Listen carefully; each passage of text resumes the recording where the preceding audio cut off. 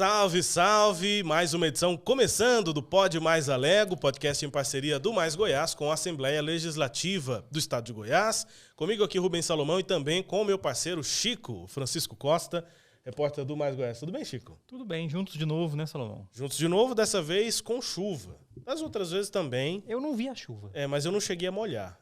Essa você não viu, né? Essa eu não vi. As anteriores eu vi, porque eu sou motociclista.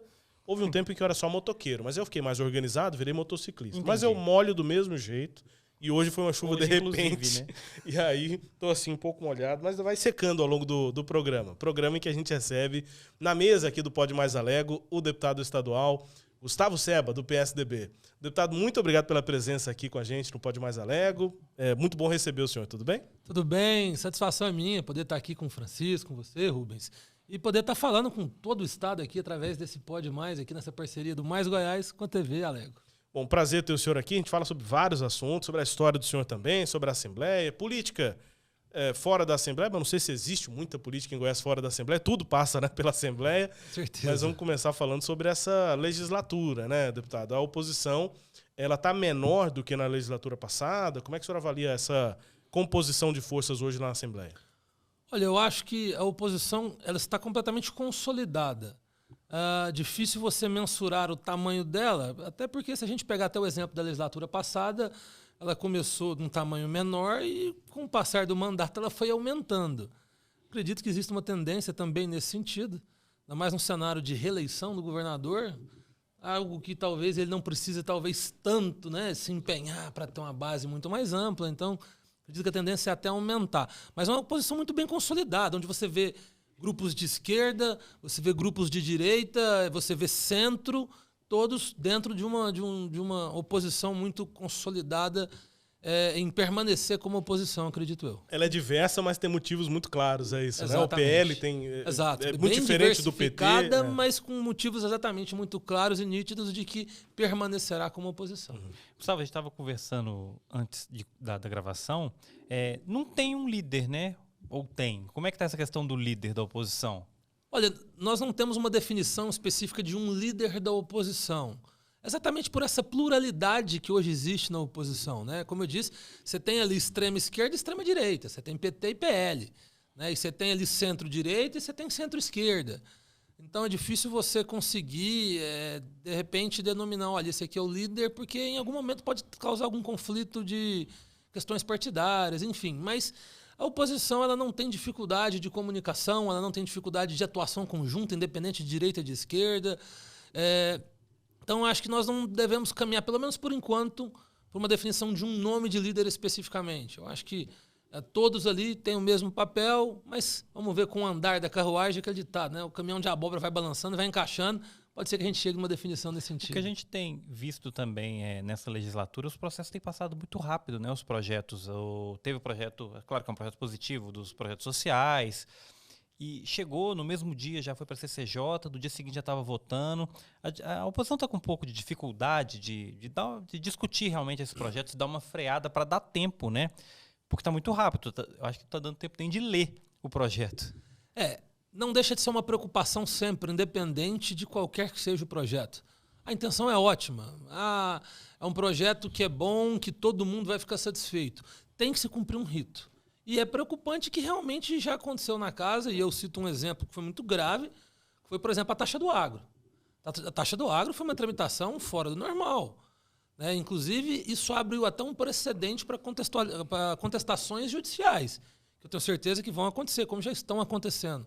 Então, assim, a casa precisa, sim, respeitar esse rito, os parlamentares de situação precisam também entender que a situação é a maioria, então provavelmente vão acabar aprovando a grande maioria dos projetos. Mas se existe um regimento interno, existe um rito, ele tem que ser cumprido.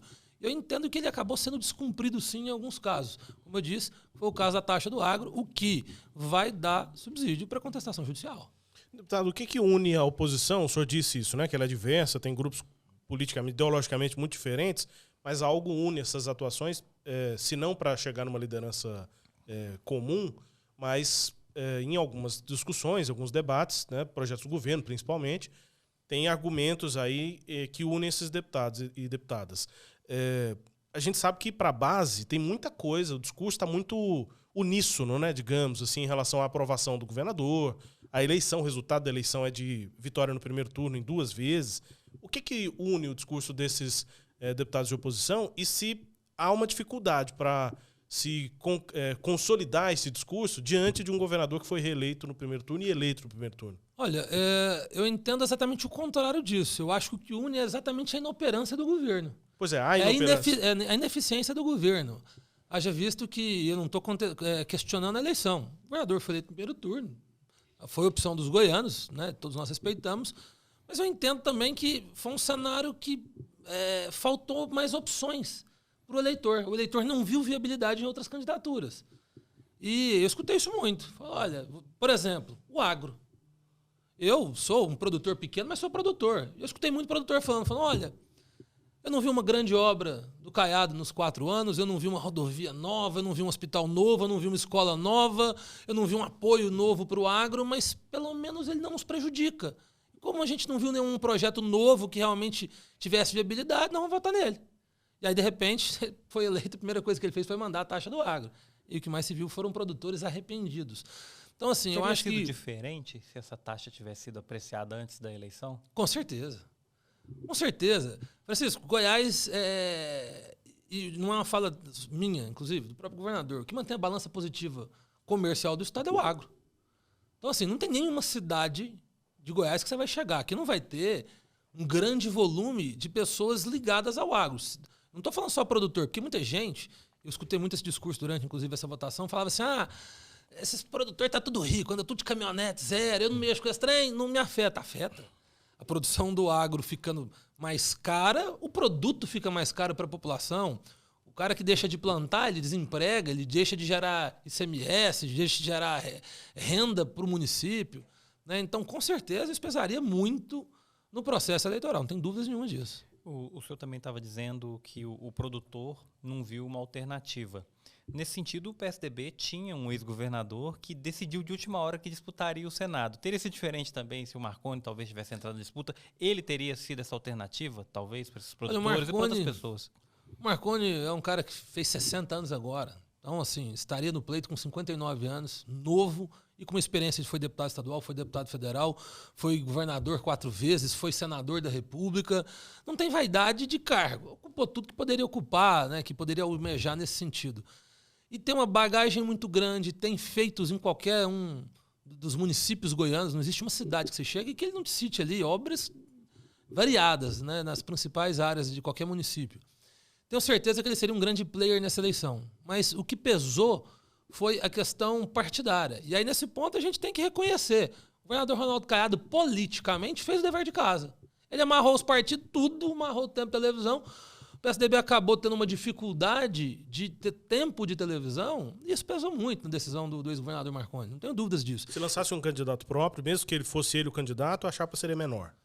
Não seria a questão da chapa, seria o tempo de televisão mesmo. Porque a questão que o governador pesou muito... O PT queria o Marconi e se tivesse conseguido fechar, parece que teve alguns Sim, problemas de apoiadores. Teria uma dificuldade também, porque é o seguinte, dentro de qualquer lugar, você vai ter pessoas que têm uma identificação maior com a esquerda e uma maior com a direita.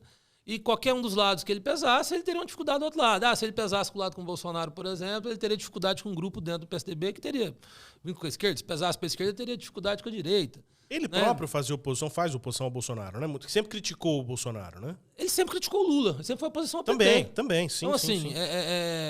A posição dele em si sempre foi muito da questão operacional mesmo do governo. Tá bom, tá bom. Independente se é direita, se é de esquerda. Tá ruim, dá ruim.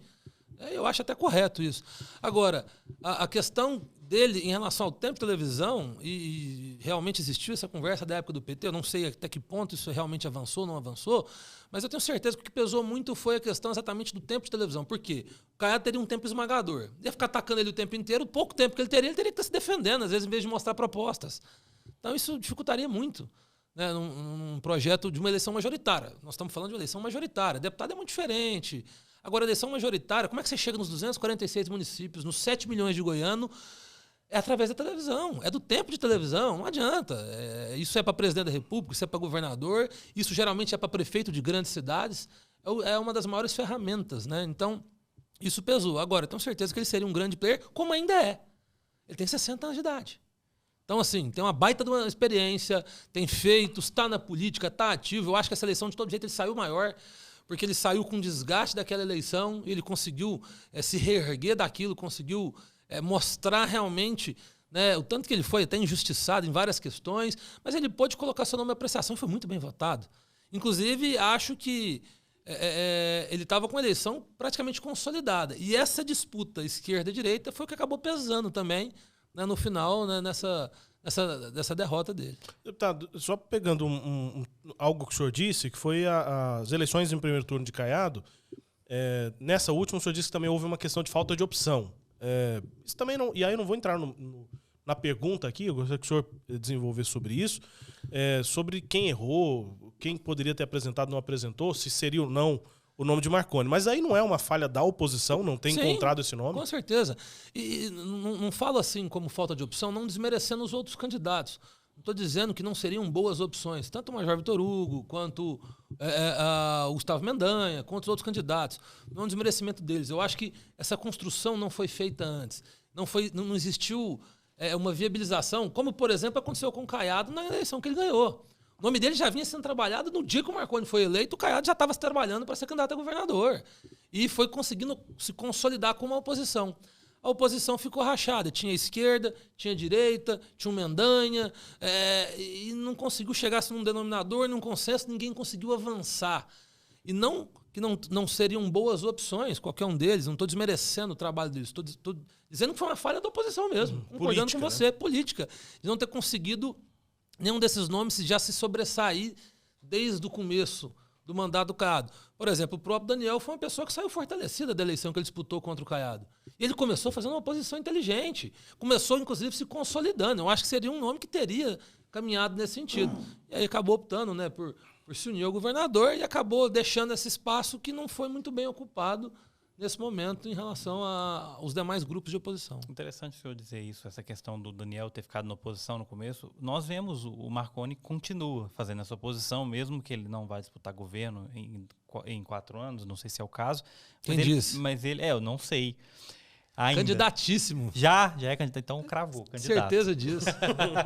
Candidatíssimo em 2026, mas ele é uma pessoa que desde sempre está fazendo oposição. O mesmo a gente não vê do Gustavo Mendanha. O Gustavo Mendanha não falou mais nada. Ele poderia ter utilizado até coisas que ele disse na campanha em relação à Equatorial, em relação à energia, e trazido à tona quando o que ele considerasse erro do governo atual ter ocorrido, mas ele não fez isso. Você acha que, nesse sentido, o restante da oposição continua errando e o Marconi é o único que está nessa tentativa de acertar? Eu acredito que sim. O Marconi, por uma questão, quando ele saiu da última eleição, e claro que é uma análise minha também, evidentemente, não posso falar por ele, mas conhecendo-o bem como conheço, estando no mesmo partido e sendo amigo dele, entendo que o Marconi saiu da última eleição precisando deixar um espaço para que as pessoas... Vou dar um exemplo da minha geração. Até o governo Caiado assumir, eu não me lembrava de outro governo. Quantos anos eu tinha quando o Íris era governador? Você perde a comparação. O Marconi, da geração da minha idade para trás, não existe um comparativo. Você não lembra de outro governo. Então, ele se comparava com ele mesmo. Um governo, ele criou um programa, no outro ele teve que ir se superando a cada governo para se manter cada vez mais conseguindo, né, ter êxitos políticos. Então ele teve que competir contra ele mesmo. E aí chegou um ponto que esse poder de comparação acabou. Porque você pegava uma pessoa de menos de 30 anos de idade, há 20 anos atrás, o cara tinha 10 anos, ele não tinha noção nenhuma de política. Então ele não conseguia comparar para falar, olha, o Marconi foi melhor do que o fulano foi melhor do que ele. Então, ele saiu e ele precisou, falou, olha, dá esse tempo, né, que foi quando ele ficou um pouco mais ausente da política, para que as pessoas pudessem ver a administração do Caiado. Para depois ele retornar ao cenário e aí ter uma comparação. O que o Caiado criou? Qual hospital ele criou? Qual escola ele criou? Qual rodovia ele construiu? Qual projeto que ele idealizou, licitou, construiu e entregou em 4 anos? O Marconi, no primeiro mandato, fez. O primeiro mandato fez isso. Aí as pessoas puderam comparar. E aí eu acho que foi quando, né, ele voltou, né, faltando 2 anos para o pleito eleitoral de 2022, foi quando ele voltou a aparecer no cenário. Agora é diferente. Então agora ele já começou esse trabalho desde o dia 1º de janeiro desse ano. Então eu acho que ele sai sim na frente. ele faz uma oposição inteligente, ele compara, ele mostra, né, o que está de errado, ele cobra. Algo que qualquer outro nome que tenha desejo de tentar se viabilizar já deveria estar fazendo desde agora. Tá, só para não perder aqui o fio do que normalmente são os debates lá na Assembleia, inclusive, né? Quando há esse tipo de comparação, como o senhor faz, que não há programas, os governistas citam os programas do governo, enfim, eu não vou fazer esse papel aqui. Mas há um argumento político, que aí eu gostaria de fazer o contraponto, que é em relação a como o governador pegou o Estado em 2019. Aquele discurso de terra arrasada, salário atrasado, dívidas, enfim. Esse discurso para vocês do PSDB, ele é totalmente superado? Não havia essa situação? Balela. Como que o Marconi pegou o governo quando ele assumiu em 98? Eu confesso que eu não sei. Confesso que eu não... O Marconi pegou o governo eu tinha 10 completamente... anos. O Marconi pegou o governo completamente falido. Do Maguito, né? O senhor falou do Íris, mas porque era o grupo, né? Mas era Maguito. Pegou um governo... viaturas quebradas, que parava por falta de gasolina, porque a viatura parava porque não tinha pneu, uma série de problemas. E ele não usou isso de desculpa para não trabalhar. Olha, eu não fiz porque o governo está devendo. Olha, eu não vou fazer porque o governo... Não, ele chegou lá e fez. E não teve esse discurso. O Caiado usou da incompetência do começo do mandato dele a desculpa disso. Olha, eu não estou fazendo porque o governo estava aquilo. Ele pegou com o salário em conta e não quis pagar o salário de dezembro, que pela lei tem até o 5º dia útil de janeiro para ser pago, então dentro da lei, de pirraça, com dinheiro em caixa. Tanto é que ele pagou o salário de janeiro. Por que ele não pagou o salário de dezembro, então? Então, esse discurso foi usado para dar gordura, para letargia, para incompetência, para inoperância. Só que chega um momento que isso acaba. E aí, foi 2 anos, 1 ano, 2 anos, 3 anos, não tinha nenhuma obra. Aí você falou, os deputados da base falam dos programas sociais. No último ano do governo, no ano da eleição, mães, sei nem o nome lá, mães que não sei o quê, criou uma cópia, mudou o nome dos programas que já eram do governo anterior. Qual o programa novo? Qual? Universitário do Bem. Era um programa que o Marconi criou, que era a Bolsa Universitária. E o Marconi deu, inclusive, 200 mil bolsas, o Caiado fez 2 mil. Então, assim, não existe uma grande obra desse mandato. Esperamos que tenha nesse. E eu também não torço para que o governo vá mal, não. Eu não tenho, graças a Deus, esse defeito que alguns oposicionistas independentes, não estou falando do Caiado mesmo, de quando era também da época do Marconi, que às vezes tem do seguinte, o cara torce para ir mal, para ele ter pauta. Não, eu torço para ir bem. Torço para que o Caiado faça uma boa gestão. Eu estou no mesmo estado. Se o Caiado for mal, é mal para mim, é mal para minha família. Então, agora... Se a gente procurar uma obra, repito, deixa aqui para qualquer ouvinte que estiver nos escutando, nos assistindo, se tiver uma obra idealizada, licitada, construída e entregue pelo Caiado no primeiro mandato, traz para a gente saber. Porque ele mudou o nome de hospital, ele trocou cor de hospital, de escola, ele mudou o nome de programa social no último ano. Não existe um programa novo. Esperamos que agora, principalmente agora que o governo, além de estar arrecadando muito. A desculpa, inclusive, da taxa do agro era que o ICMS do combustível. Agora, o ICMS está retornando. E detalhe, eu provei com dados da Cefaz que desde que o Caiado assumiu, o ICMS só aumentou. Todos os anos. Nenhum ano caiu. Só aumentou. A desculpa era essa da taxa do agro. Não era um revanchismozinho ali que o Caiado tinha com a turma do agro, por entender que a turma do agro, caminhando com o Bolsonaro, estava escanteando ele e estava no Major Vitor Hugo. Com a taxa do agro, ele falou que arrecadaria ali em torno de 1,2 bi e tal. Eu já vi um estudo por alto, claro, não tem nada ainda muito definido, porque é muito difícil esse cálculo, que a expectativa é que o Estado vai arrecadar 3 bilhões de reais por ano com a taxa do agro, mais agora a compensação do ICMS. Então, assim, dinheiro vai ter de sobra. Agora, esperamos que se converta em benefícios e obras para o Estado. E essa taxa do agro, ela é destinada à infraestrutura, né? Supostamente, Francisco. Supostamente. Eu queria aproveitar que o senhor é da área da saúde e muito se fala também da regionalização da saúde. Nesse sentido, o senhor não vê obras e melhorias? Não teve uma regionalização da saúde como os deputados da base, o próprio governador defende nesses 4 anos, até por causa da pandemia, né, que tivemos hospitais de campanha, essa questão, nem na saúde sobre avanço? Olha, não, existiram alguns avanços, mas assim, eu tento sempre ser o mais justo possível. Goiás foi muito bem contemplado, aliás, todos os estados não deixaram de ser contemplados pelo governo federal. Goiás recebeu milhões de reais, se não me engano, mais de 30 milhões de reais só na primeira etapa ali, né, da pandemia do governo federal, de recursos a mais que não viriam não fosse a pandemia. Claro que existe uma despesa também, né, para ser contida, mas assim, eu vou te dar um exemplo até para as pessoas entenderem. Muita gente acha que plano de saúde e tal gastou muito dinheiro com a pandemia. Ficaram milionários com a pandemia. Por quê? A Unimed mesmo teve uma economia gigantesca, se não me engano, mais de 80 milhões de reais. Não tenho esse número, posso até estar enganado, mas assim, se eu não me engano, eu lembro quando me falaram, eu não tenho certeza. Por quê? Procedimentos básicos, por exemplo, olha, minha mãe precisa fazer uma endoscopia uma vez por ano. Na pandemia, meu amigo, eu não vou mandar minha mãe para o hospital. Meu pai vai trocar a receita dele lá de losartana, de captopril, ele é hipertenso, ele é diabético. Eu não vou mandar de jeito nenhum, aí você tá doido? Vai chegar a pegar Covid? Então, procedimentos, consultas, coisas eletivas acabaram ficando deixados para trás. E aí esses planos economizaram muito com isso, porque esse é o grande volume. O grande volume não é emergência, o grande volume é a atenção básica. Então, eles acabaram economizando. Só que essa é uma demanda que, quando passasse a pandemia, ela ia voltar. Óbvio, a demanda reprimida é muito maior. E tanto que a Unimed não distribuiu lucros para os sócios, já entendendo que essa demanda retornaria. O IPASGO mesmo ficou com 600 milhões de caixa, o governador escolheu e falou, opa, tá sobrando dinheiro, vamos levar esse dinheiro para lá.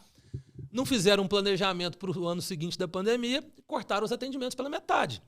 Foi inclusive quando eu, como presidente da Comissão de Saúde, entrei com a medida cautelar no Tribunal de Contas do Estado e derrubei a decisão do IPASGO. Inclusive, isso acabou culminando na demissão do presidente do IPASGO, né? O Caiado alegou que não sabia nada daquilo e tal.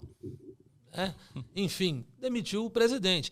Então, na pandemia, uma série de fatores acabaram, né, acontecendo. O Estado teve muito aporte financeiro para isso, teve despesas, mas teve muito aporte.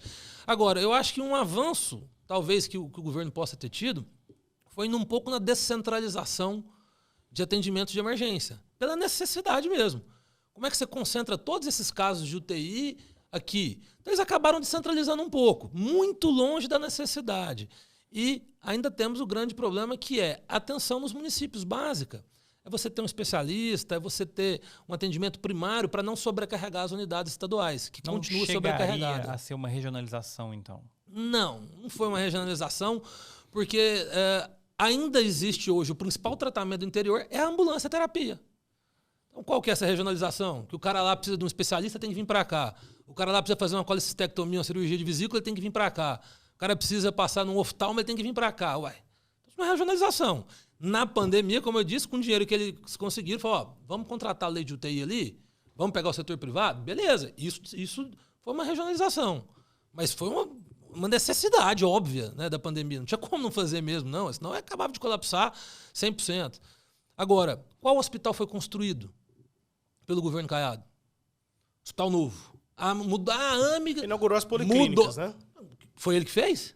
As obras, a maioria já tinha sido iniciada no governo passado. Pronto. Qual obra ele construiu? Ele pegou uma policlínica que ele chama de policlínica, que chamava AME. Assistência médica especializada, atenção de unidade de assistência médica especializada. Então ele pegou obras físicas prontas, obras inauguradas, isso que não estava pronta, tudo bem. Repito, qual o hospital que ele pegou? O Hospital da Criança. Não, ele pegou o Hospital do Servidor Público pronto e equipado e tomou do servidor público e ótimo Hospital da Criança. Fantástico, precisamos. Mas ele não construiu esse hospital. Podia ter construído. Então não existe uma obra de saúde construída pela gestão Caiado. Esperamos que quem sabe agora. Mas não tem. Deputado, eu vou aproveitar um gancho também passado que eu estou emendando aqui um pouco. Questão do ICMS, né? Da taxa do agro. Com essa compensação, é discutido na Assembleia derrubar essa taxação do agro?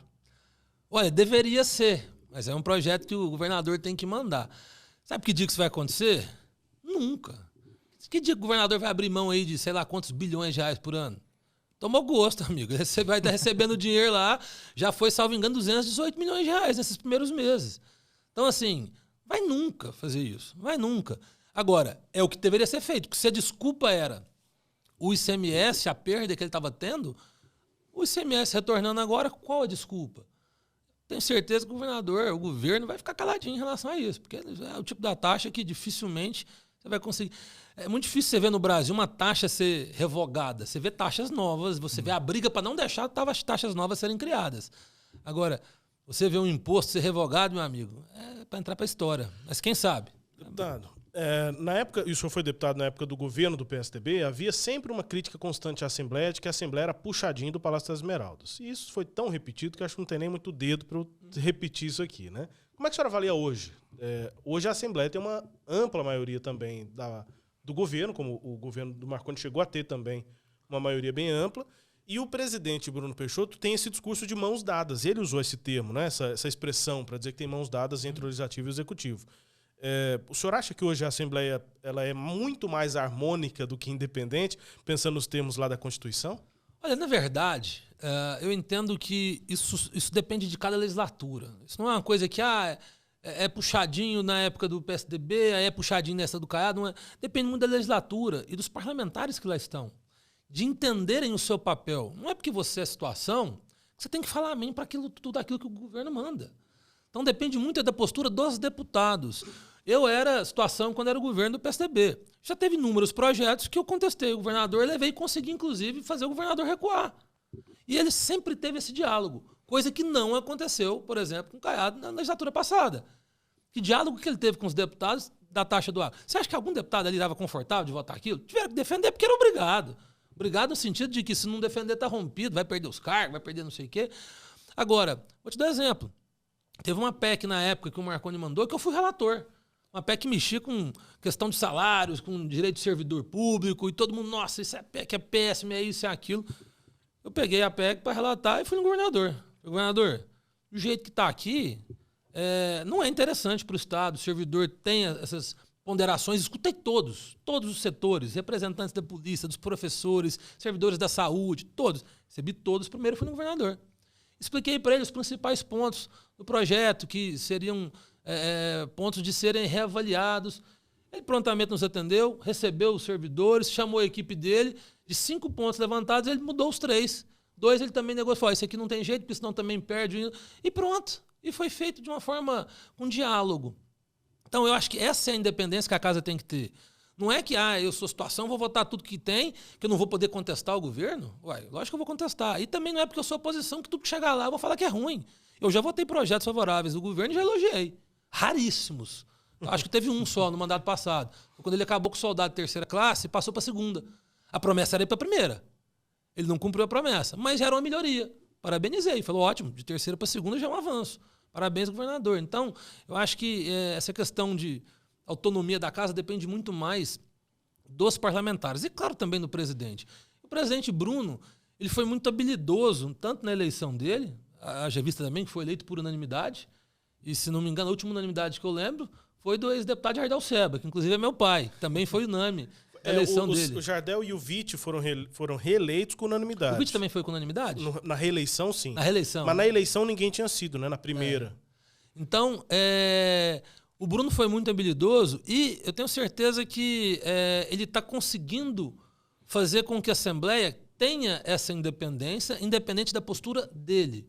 Ele é da base do governo, evidentemente, mas isso não quer dizer que ele não cerceie, que ele não deixe de que ele faça qualquer movimento para tirar o meu direito de oposição, de cobrar, de abrir mão da minha prerrogativa. Pelo contrário, ele nos dá todos os fomentos necessários. Institucionalmente a casa está independente. Com certeza. Então, assim, eu como oposição, eu conheço hoje e falo, olha, o presidente Bruno tem sido um grande presidente. Claro, tem pouco tempo, mas acredito que ele tem tudo para ser melhor ainda. Por quê?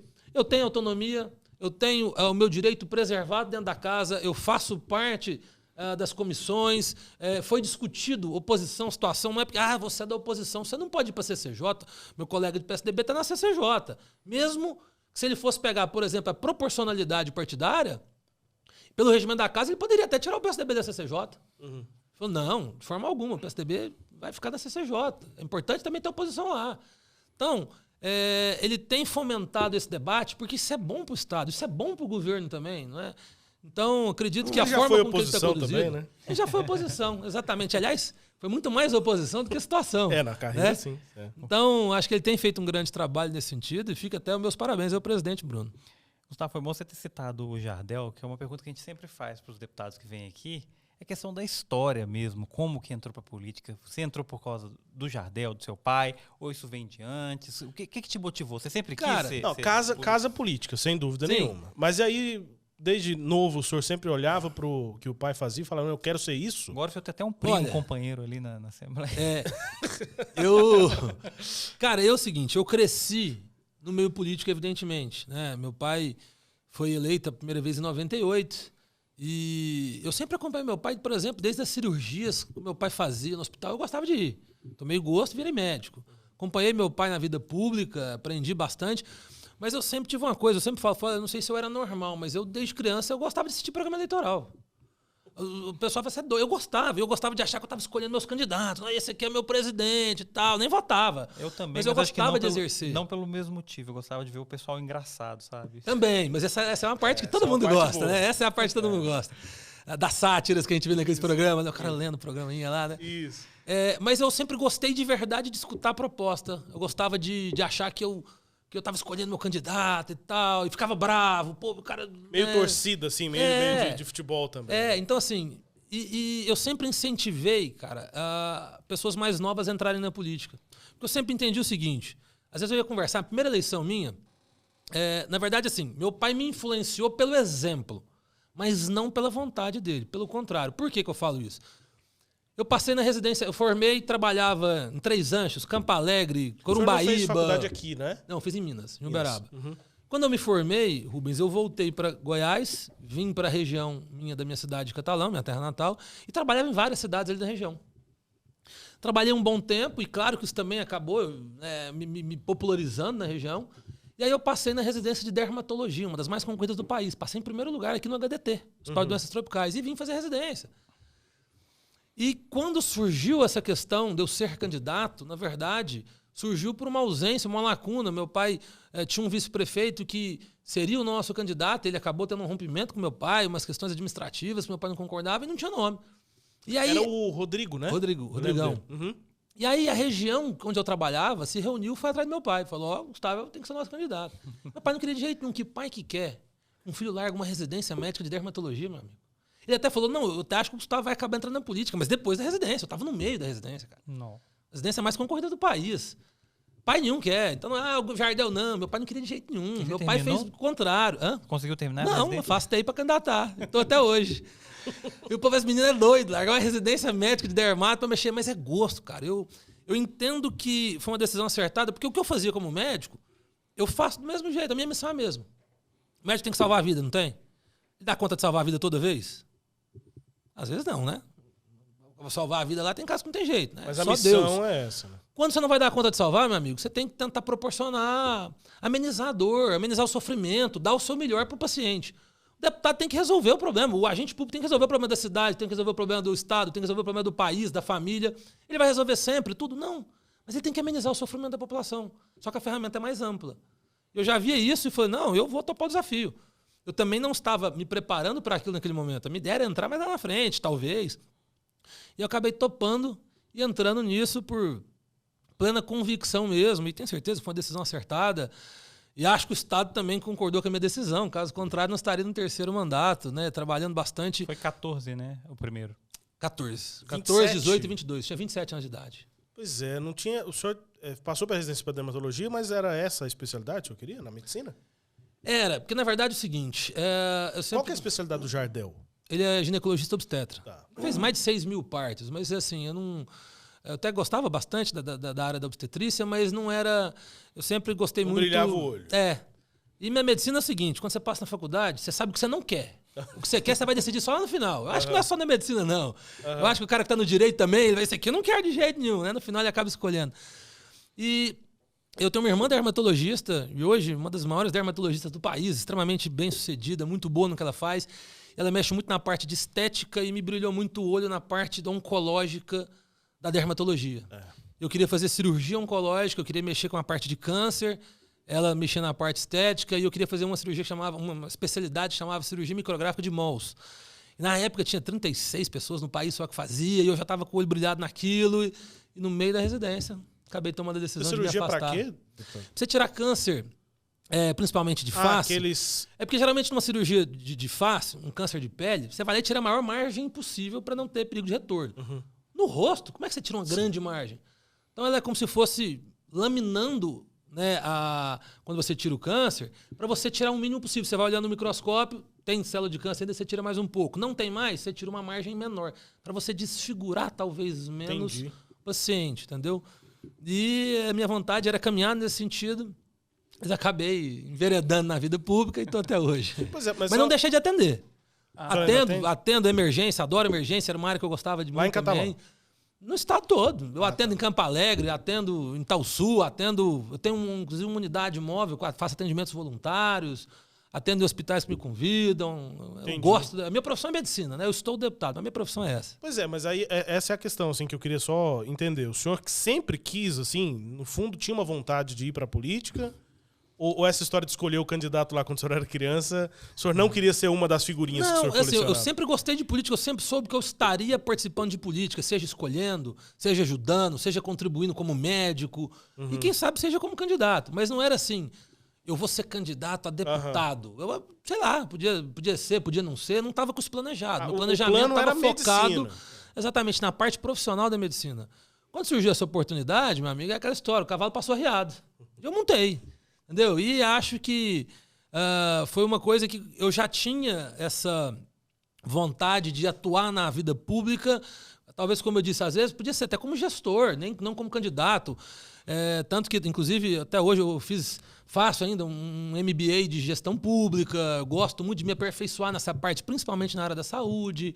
Então, poderia ser que eu caminhasse para esse lado, poderia ser... Mas não era uma coisa planejada. Eu vou ser, em tal ano, candidato a deputado. Foi natural, surgiu... pelo meu trabalho, inclusive como médico, eu acho que as pessoas já tinham essa identificação comigo, a facilidade de lidar com as pessoas. E eu, assim, por exemplo, eu ia para uma cidade fazer PSF, que é aquela consulta marcada e tal. Chegava uma emergência, não era o que eu... Mas eu ia lá e fazia, porque eu gosto daquilo que faz. Quando você gosta do que você faz, tenho certeza que vocês gostam da profissão de vocês. Sim. Senão você não estava tomando chuva, vindo para cá de moto, para ficar aguentando, escutar. Você tem que gostar do que você faz. Quando você gosta, você faz bem feito. Então eu gostava muito daquilo e gosto até hoje. Tanto é que eu não atendo como médico por questão financeira. Não é essa a minha motivação. Pelo contrário, eu gosto da medicina. Para manter a mão, para manter aquele contato com o paciente, manter aquela atualização que a gente tem que ter da medicina. Eu estudo até hoje, gosto de estudar. Então, foi realmente uma questão de... Naturalmente acabou acontecendo e eu tento conciliar aí, junto com a medicina, uma parte disso. Transportar isso para a política não quer dizer que o senhor tem um perfil de executivo? E não de legislativo? Olha, pode ser. Pode ser. Eu tô perguntando isso porque você já sabe, né? Nós já estamos tendo um entrosamento aqui. Eu já sei o que antecipando o que você vai me perguntar, exatamente. Né? O senhor sabe também certeza. a pergunta. Fala, Chico. Então, o senhor disputou, né, a Prefeitura de Catalão no último pleito. Ano que vem encerra o ciclo do Adib. O senhor pretende disputar novamente o Executivo de Catalão? Francisco, eu disputei as eleições municipais da legislatura da eleição passada municipal por uma questão de grupo. O nosso grupo político entendeu que não tinha como a gente... não tinha outro nome para poder entrar naquela disputa. Eu não me preparei para aquilo, eu não me preparei para ser candidato a prefeito. Foi uma coisa que acabou acontecendo também. E tem uma frase clichê da política, mas que é verdade. Quando você está na política, meu amigo, você não manda você mais, não. Você tem que combinar com a população. Não adianta o cara eu quero ser tal coisa. Meu amigo, se a população não quiser, você não vai ser. Mas tem a questão do grupo também, né? Exatamente. O senhor manda menos do que mandaria se fosse sozinho. Exatamente. O grupo e a população. Então, assim, eu quero ser deputado. Meu amigo, pra você querer ser, você tem que ter grupo e a população tem que te querer como deputado. Eu não... a população quer que você vá para um rumo, você acaba, né, tendo, evidentemente, que você tem essa disponibilidade, você tendo esse perfil, né, geralmente você acaba aceitando os desafios. Então eu acabei aceitando naquele momento, mas entendendo que era um cenário difícil. Entendendo que era um cenário que eu não me preparei para aquilo, que eu não tinha... e foi uma eleição economicamente também muito desproporcional, com tempo de televisão muito proporcional, enfim. Mas... eu acredito que nós saímos ganhando daquela eleição ao apresentar para as pessoas uma alternativa de muita gente que não me conhecia. Tanto é que na eleição de deputado eu quase dobrei meus votos em Catalão. Entendeu? Onde as pessoas conseguiram ver um pouco mais o perfil do Gustavo. Independente de partido, independente de onde veio, para onde vai. O que esse cara está propondo? O que ele fez? De onde ele veio? O que ele está falando? Vamos escutar um pouco? Então aquela eleição foi importante para aquilo. E claro que isso naturalmente tem trago o meu nome. E muita gente tem me procurado, em pesquisas nosso nome tem aparecido muito bem destacado. Hoje eu sou o único nome que faz oposição ao prefeito, inclusive. Então, naturalmente, o meu nome tem sido muito cogitado. Eu sempre falo o seguinte, Não tem vaidade de ser cargo nenhum também, não. A minha missão é ser deputado. Agora, Catalão é minha terra natal. É a cidade que minhas filhas moram, é a cidade que minha esposa mora. Inclusive, tem as filhas mais bonitas do mundo. Olha aqui, minhas gêmeas, cara. Ai, que gracinha. Cara, Coisa mais top do mundo. Essa história é maravilhosa. Parabéns, inclusive. E foi uma história de superação, sim, eu vou te falar. E minhas filhas estão lá. Então, pô, eu quero o bem da cidade. E a cidade precisa evoluir muito. Politicamente e administrativamente. Politicamente porque a cidade é muito... Catalão é uma das cidades mais ricas do estado. É o 5º maior PIB, cara. Só tem Goiânia, Aparecida, Anápolis, Rio Verde e Catalão. E nós não somos a 5ª maior cidade em tamanho. Nós somos a 5ª mais rica.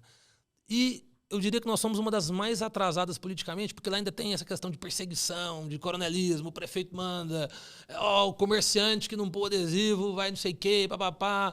Isso culturalmente acaba até impregnando nas pessoas essa política de, por exemplo, eu já ofereci ajuda pro prefeito várias vezes. Falei, prefeito, vamos sentar. Na campanha você tem seu lado, eu tenho o meu, e daí? Vamos sentar, vem cá. Eu vou pôr uma emenda para Santa Casa de 2 milhões, você coloca mais uma de 2, vamos fazer um centro oncológico junto, vamos construir uma unidade de saúde junto, vamos fazer uma escola junto. Nunca sequer respondeu alguma solicitação minha. E se recusava, inclusive eu mandei uma vez R$1 milhão para Santa Casa, que chegou pelo município, ficou 5 meses parado o dinheiro lá na época da pandemia, meu amigo. Não está me prejudicando, não. Tem plano de saúde, graças a Deus eu tenho uma condição de ter um plano de saúde, e quem não tem? Então esse tipo de política é muito atrasada, e isso precisa mudar. Pode ser que eu seja prefeito, pode ser que o Zé, que o João, que o Mané, não tem problema. Mas a gente precisa evoluir politicamente. E administrativamente também. Como é que você entende uma cidade que tem 110 mil habitantes, que tem uma das maiores arrecadações do Estado, arrecadando 40, 50 milhões de reais por mês, não sei nem quanto que está hoje, a 5ª mais rica, nós não temos um pronto-socorro de pediatria 24 horas por dia. Eu estou te falando por causa das minhas filhas. Eu estava de plantão em Campo Alegre, saí correndo, peguei minhas meninas lá, vim parar em Goiânia 3 horas da manhã, dirigindo carro, cansado, doido, porque uma das meninas estavam com pneumonia, as duas, tiveram que tomar sangue. Catalão não tem onde ir. Você vai na UPA, lá tem pediatra 1 ou 2 vezes por semana. Geralmente tem colegas lá para atender lá tudo que chega lá. Chegou um baleado, um esfaqueado, uma gestante, uma criança, e tem que resolver tudo. Isso não faz sentido. Aí você vai lá e tem uma praça em frente à Santa Casa, custou 5 milhões de reais. Aí joga água para cima, tem luz à noite. Pô, beleza, não sou contra a praça, não, mas peraí. A gente tem que ter prioridade. Na minha casa, a saúde é prioridade. Eu não vou chegar lá, eu moro de aluguel. Vou comprar uma televisão nova para assistir jogo da Copa e vou deixar de pagar o aluguel. Peraí, faz sentido? Na gestão pública não é diferente. A praça é bonito, mas espera aí, você tem prioridades. Mas a cabeça do gestor, o que é? Todo mundo vai usar a UPA?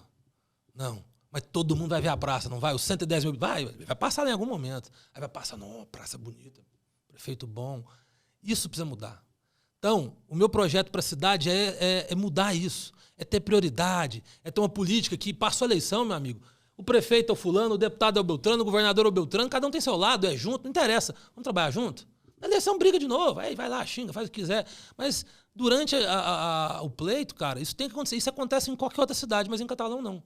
Então, amanhã posso ser candidato, posso apoiar alguém, não tem essa vaidade, não tem a pretensão, eu sou candidato, mas eu também não fujo de desafio nenhum. Agora, eu quero o que for melhor para a cidade, para que ela mude de verdade. O senhor disse que foi uma eleição muito difícil em 2020, o senhor não estava preparado.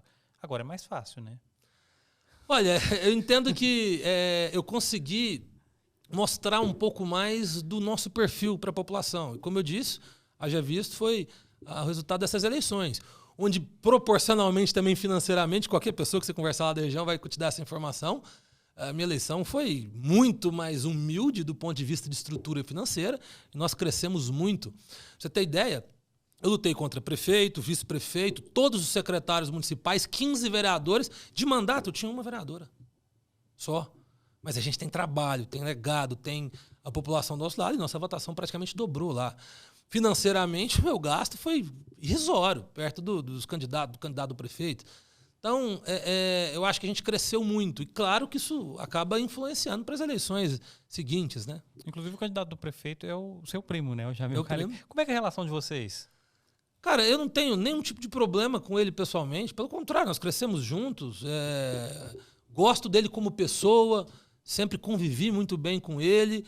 Mas politicamente ele acabou tomando um rumo de um grupo muito arcaico, muito antigo. Eu acho que ele entrou na política talvez de uma forma já muito antiga, muito arcaica, e acabou tendo que se submeter a muita coisa ali, né, que talvez uma pessoa entrando na política poderia ter opções melhores para fazer.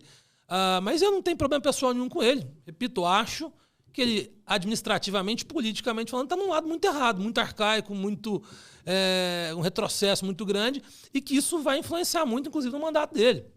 Porque o prefeito, com certeza, vai impor, como já tenho certeza que está impondo, esse tipo de atuação no mandato de um cara que acabou de chegar lá, né, que poderia tentar, quem sabe, começar a construir uma política diferente. Mas, pessoalmente, não tem nada contra. Estou à disposição, inclusive, para fazer qualquer tipo de parceria para a cidade, mas ele é meu adversário. Definido. Tá, o senhor contou a história pessoal do senhor e política também, né? Medicina, enfim, entrada na política. Mas eu realmente tenho muita curiosidade para saber onde é que começou essa rixa política em Catalão. O senhor sabe essa história? Isso foi uma questão de família? Cara, dá pra contar? Eu sou muito curioso com isso. Eu vou te ser sincero. Senhor... Opinião minha. Eu acho que o Adib é apaixonado do meu pai. Não, opinião minha, ué. Eu acho que é uma paixão antiga ali, que talvez não foi muito correspondido esse amor e respeito toda. Mas sabe por quê? Não tem explicação. Meu pai não tá nem no andar.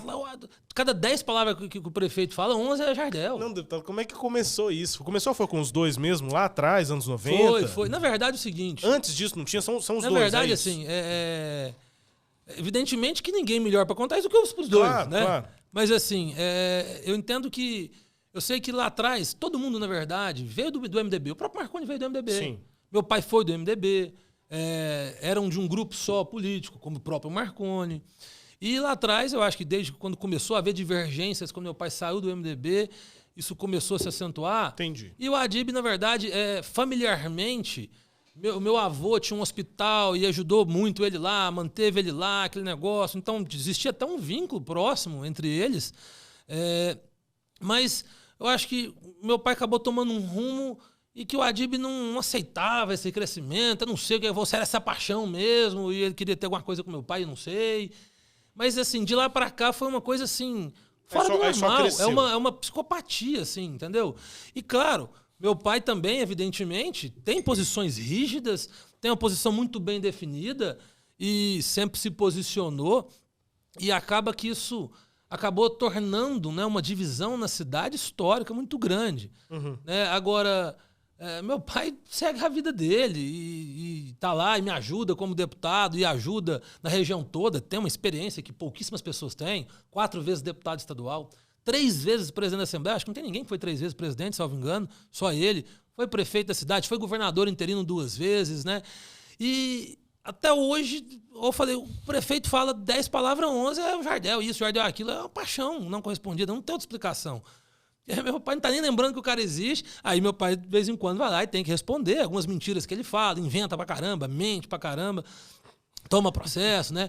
E acaba, né, meu pai respondendo isso. Mas, assim, eu tenho certeza que existe ali uma paixão platônica por parte do Adib no meu pai que ninguém dá conta de explicar, não. O senhor não tá me deixando outra alternativa. Preciso perguntar. O senhor condenou aqui essa briga.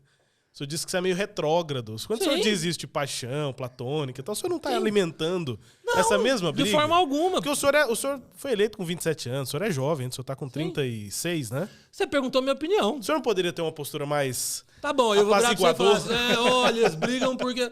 Você perguntou a minha opinião pessoal. Eu não tô falando mal dele, eu tô falando que eu acho que porque não existe uma explicação lógica. Entendi. Entendeu? Então, assim... É uma coisa que não tem uma explicação de, olha, não, mas é porque nessa parte aqui administrativa ele errou. Não, é uma coisa muito genérica de falar mal pra falar mal. Mas é emocional, realmente virou uma torcida. Vou dar um exemplo. Nós dois somos deputados, eu e o Adib. Cheguei na Assembleia, a primeira coisa que eu fiz foi lá comentar ele. Ele deu uma assustada, assim. Falei pra ele. Somos adversários, vamos continuar sendo. Quer dizer que eu não posso te cumprimentar, a gente não pode conversar, não. Uhum. E aí até começando de vez em quando, cumprimentava e tal, eu ficava meio assim, encontrava com ele no posto assim, pra Catalão, e aí, tá indo, tá vindo e tal. Até eu cumprimento, não tem nada demais, não. É meu adversário, mas eu não vou cumprimentar o cara por causa disso. Não é inimigo, né? Não, é meu adversário. Graças a Deus não tem nenhum inimigo, não. Mas aí passou um tempo lá, de vez em quando a gente tinha umas brigas lá, ele já virava a cara pra mim, sabe aquela coisa meio de menino? Teve um dia que a gente discutiu lá, ele sentou de costa. O deputado falou e saiu do plenário, gritou lá e foi embora. Falei, deputado, vem cá, lugar de debater que esperava, inclusive, um cara da terceira idade igual ele tivesse uma postura mais, né, de amadurecimento, para poder dialogar. O parlamento é isso, a Assembleia não é para isso? Não é para debater? Falei, vamos debater, deputado. Mas aí, de vez em quando, ele espinhava, mas assim, como eu te falei, eu não tenho essa dificuldade. Tanto é, e repito, deixa aqui, ó.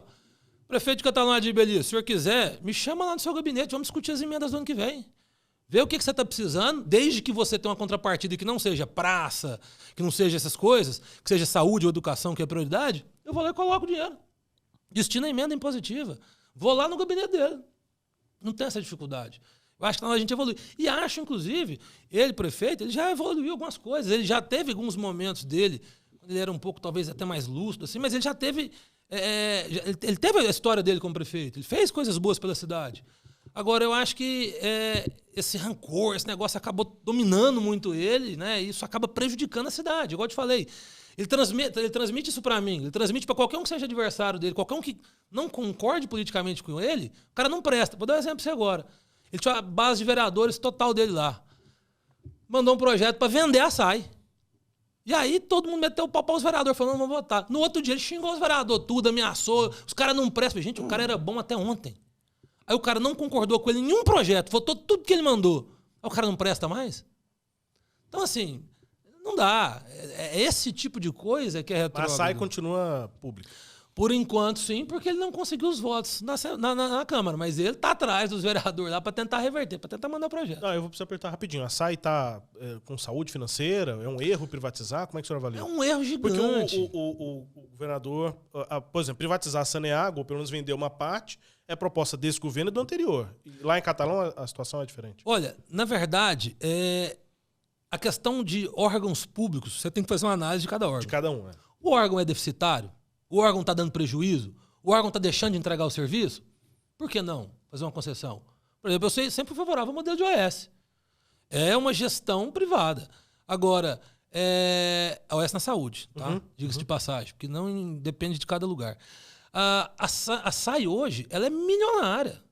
Agora, a SAI, qual a justificativa? Não, peraí, nós temos uma justificativa. Precisa fazer uma barragem de água que custa tantos milhões e nessa concessão a gente consegue fazer. Beleza, não, a barragem já está feita. O ex-prefeito de Jardel fez. 7 bilhões e meio de litros de água. Nós precisamos resolver o problema X. A SAI hoje tem condição, tem saúde financeira sobrando, é superavitária, não tem justificativa nenhuma. A justificativa do prefeito foi que vocês têm que confiar em mim. Eu estou falando que é bom, vocês têm que confiar em mim. O vereador falando que vai ser contra, parece que está desconfiando de mim, uai. Mas lógico que está desconfiando, ele está lá para isso, uai. É para fiscalizar, você tem que mostrar a necessidade. Então não tem necessidade nenhuma, a população ficou contra, a população se manifestou, foi para a Câmara, a pressão dos vereadores foi tão grande, tanto é que eles se recusaram a votar. De forma acertada. Superintendência Municipal de Água e Esgoto, só para quem é de Goiânia, isso, enfim, não conhece SAI. Catalão, essa é a SAI, Superintendência, mas é uma estatal, né? É uma empresa... É uma autarquia do município. Uma autarquia do município, não é uma superintendência hierarquicamente abaixo de uma secretaria, ela tem a sua independência. Ela tem a sua independência. É bem rapidinha. Sim, claro. Vou fugir um pouco de todos os assuntos que a gente tratou aqui, mas o PSDB é um partido que ele deu uma encolhida, né? A nível nacional, aqui em Goiás também. O partido não conseguiu eleger o governador Marconi Perillo, que chegou a ser favorito, né, ao Senado. Para as próximas eleições, você vê um ressurgimento, um reerguimento do partido? Olha, eu acho que toda eleição você tem que tirar uma lição dela. O PSDB precisa passar por uma reestruturação para poder, né, voltar a ter esse protagonismo, tanto a nível estadual quanto nacional. Eu acho que talvez um dos erros que o partido pode ter tido foi até essa falta de posição. Né? O PSDB liberou, cada um caminha de um lado, um foi para o lado direito, um foi para o lado da esquerda, cada um teve a sua postura, eu tive a minha, o fulano teve a dele, o Beltrano a dele. Talvez isso pode ter sido um dos erros, mas eu acho que, na verdade, o PSDB precisa realmente fazer uma reestruturação, uma readaptação, uma reformulação para poder se preparar para as próximas eleições. Agora, ele tem uma coisa que ninguém toma: legado. Qualquer cidade que você chegar, tem obra do PSDB. Qualquer lugar que você chegar, tem obra, tem investimento, tem recurso e tem a memória das pessoas para poder falar disso para você. Então, eu acho que é muito mais uma questão realmente de reestruturação, pelo menos a nível de Estado. A nível nacional depende de mais coisa. Fala-se, inclusive, de uma fusão, uma possível fusão do PSDB com outros partidos. Né? A gente escuta muita especulação, mas é uma coisa... Cidadania já é uma federação, né? É uma federação, já é uma não federação, uma fusão. não uma fusão. Mas eu já escutei possibilidade de fusão com o próprio MDB, com Podemos e não sei o quê. Enfim, agora, a nível de Estado, eu acho que o PSDB vai passar por uma reestruturação, vai vir forte para as eleições de 2024 para poder voltar a ter um protagonismo a nível de Estado em 2026. Como eu disse, eu acho que o PSDB talvez seja o único partido que tem o principal para isso, que é o legado, que é a obra, que partido que chega lá e fala assim, essa obra aqui, o PMDB ainda tinha um pouco, da época do Willis do Maguito e tal, você ainda chega num lugar, você ainda vê alguma coisa. O PSDB tem muito. Você vai chegar lá em Pameri, tem um aeroporto, tem um VaptVupt, tem um lago, tem um asfalto, tem a escola militar, tem o colégio não sei o quê, tem um monte de coisa. Qual outro partido tem isso? O partido que chega e fala, toda cidade tem uma obra grande, tem 10 obras menores, tem tanta... Então, o principal nós temos. Eu sei que o nosso tempo já está terminando, mas eu vou precisar relativizar isso só para ouvir o senhor nesse sentido. Nenhum outro partido tem 20 anos também, ou 4 governos, ou 5 governos, se a gente considerar o governo do Alcides. Então, essa comparação também tem essa questão de tempo. E o tempo também foi um fator negativo contra o PSDB, em 2018 principalmente. Me parece que em 2022 também. Não há esse desgaste ainda de imagem cansada, talvez? Não, eu acredito que não, porque, como eu te disse, a figura principal do PSDB é o Marconi. Na verdade, não é o PSDB, é o Marconi. É um cara de 60 anos de idade. O cara tem o quê? 74, né? 73? Então, assim, olha a diferença. O Caiado, 74. O Marconi tem 60 anos. Acabou de fazer esse mês. Então, um cara que tem muita lenha para queimar, muita disposição. O Willis estava prefeito com 80 e tantos anos de idade. A comparação com o Willis é meio complicado. Então, eu tenho certeza que o PSDB, na verdade, que é o Marconi. Caiado 73, faz 74 em setembro. Então, bati em cima. Então, eu tenho certeza que o Marconi ainda tem muito a contribuir. Agora, a política ela é cíclica. O Marconi teve um ciclo, como eu te disse, que perdeu a comparação e as pessoas optaram por fazer essa mudança e começaram a ter essa comparação para você conseguir começar um ciclo novo. Como a gente já viu em vários outros lugares. Às vezes o cara tá lá, saiu, esse cara tá fora da política, de repente o cara volta com tudo. É importante você dar esse tempo para a população. É importante você ter outro ciclo, você ter outro partido no poder, mesmo alternância de poder, até para comparação. Quantos municípios a gente não já viu isso acontecer? O cara fica prefeito, sai, não sei o que, mas acabou. Aí vem um outro lá, o outro volta. Então, é importante, claro, a oxigenação. Nomes novos, não quer dizer também que seja só o Marconi que seja candidato, PSDB, mas pode ter outro candidato, governador, senador. Mas, como eu disse, eu acho que a gente tem um líder muito jovem ainda também, tem muito a contribuir. E a nível nacional, eu acho que a eleição do Eduardo Leite foi um gesto muito bom para o partido. Bom porque, o Eduardo tem minha idade. Então, assim, o cara que já foi prefeito, foi vereador, foi governador, está reeleito, o único governador do Rio Grande do Sul reeleito. Cara jovem, uma mentalidade completamente diferente do que talvez os outros diretores a nível nacional do PSDB tivessem. Uma imagem progressista, uma imagem que, independente da direita ou da esquerda, de fazer parcerias, de abrir o diálogo com qualquer uma dos lados políticos, de abrir diálogo com o setor privado. Olha o que ele fez no Rio Grande do Sul. Pegou um estado com salário atrasado, ele fez reforma, ele mexeu com salário de polícia, de bombeiro, de professor, não teve uma greve. Um diálogo. Então, esse tipo de figura renova a cara do partido. E claro que isso tem que se replicar, tanto com os nomes que nós já temos, como com novas lideranças, como é o caso dele. Que tenho certeza que ainda vai ser presidente da República, aquele cara também, viu?